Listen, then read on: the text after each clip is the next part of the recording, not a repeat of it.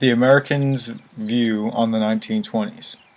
Americans were overloaded with money in the 1920s, and the more money they had, the more they could spend on making their lives more enjoyable.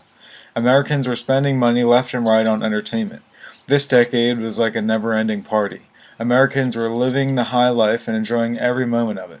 Both Ernest Hemingway and F. Scott Fitzgerald's stories showed the adventurous stories and heroic acts, but also the devastation and aftermath of World War I.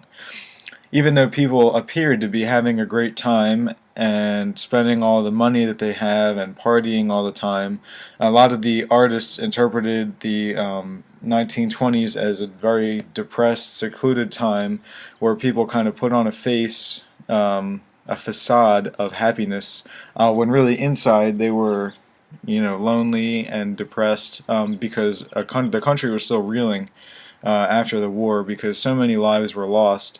A lot of people tried to make up for what was lost in the war with, spending their new money on flashy cars, and people were a lot more outgoing, and it was a different world, but it was like a kind of an illusion of happiness when really people were genuinely sad.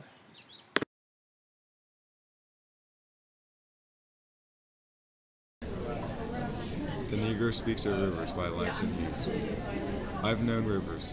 I've known rivers ancient as the world and older than the flow of human blood in human veins. My soul has grown deep like rivers. I've bathed in the Euphrates when dawns were young.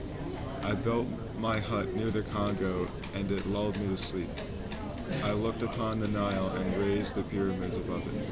I heard the singing of the Mississippi when Abe Lincoln went down to New Orleans, and I've seen its muddy bosom turn all golden in the sunset. I have known rivers, ancient, dusky rivers. My soul has grown deep like the rivers. So right away, there are a few things to pull out of the poem. The poem explains how the time shifted from quote-unquote muddy when slavery and segregation were pressing issues, and then it shifts to golden in New York City when African Americans were starting to embrace their culture and be proud of who they were. The poem starts at the birthplace of civilization, being the Euphrates, and it carries the readers along the river through the horrors of slavery, then to the transformation from slavery to freedom that showed Langston Hughes' feeling of celebrating the black community. This poem highlights the common belief that culture should be embraced and celebrated instead of being suppressed.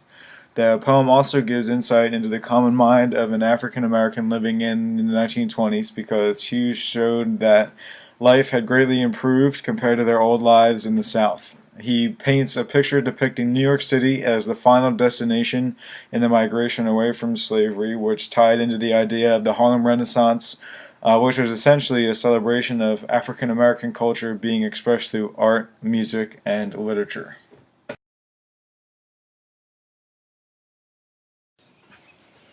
The Great Gatsby. The Great Gatsby was written by F. Scott Fitzgerald. Fitzgerald was known as a writer in The Lost Generation. The novel told of the great American life people were living in the 1920s that ended with the Great Depression. The story follows a man, Jay Gatsby, who was once a poor boy who later became a wealthy man through his adventurous ways. In this story, Gatsby's mansion was always packed with people and the party never ended. This related to the 1920s because Americans were rich. The money was finally being distributed from the big business, and more people had a lot more money than before the war. More and more people acquired money and had no problem spending it to make their lives more enjoyable. Although Gatsby's place was never empty, Gatsby still felt lonely. He was striving to once again encounter a moment with his precious Daisy. Gatsby meets with Daisy, and soon his world became better. Gatsby does not care about the party or the money, but only Daisy. Due to her marriage, Daisy does not feel the same. This leaves Gatsby in ruins, just as in the United States the stock market crashes, leaving the economy in ruins. You can kind of think of The Great Gatsby as a microcosm of the post-war United States, because a lot of the same concepts The Lost Generation and Broken Heroes play into the story just as they did in society in the 1920s.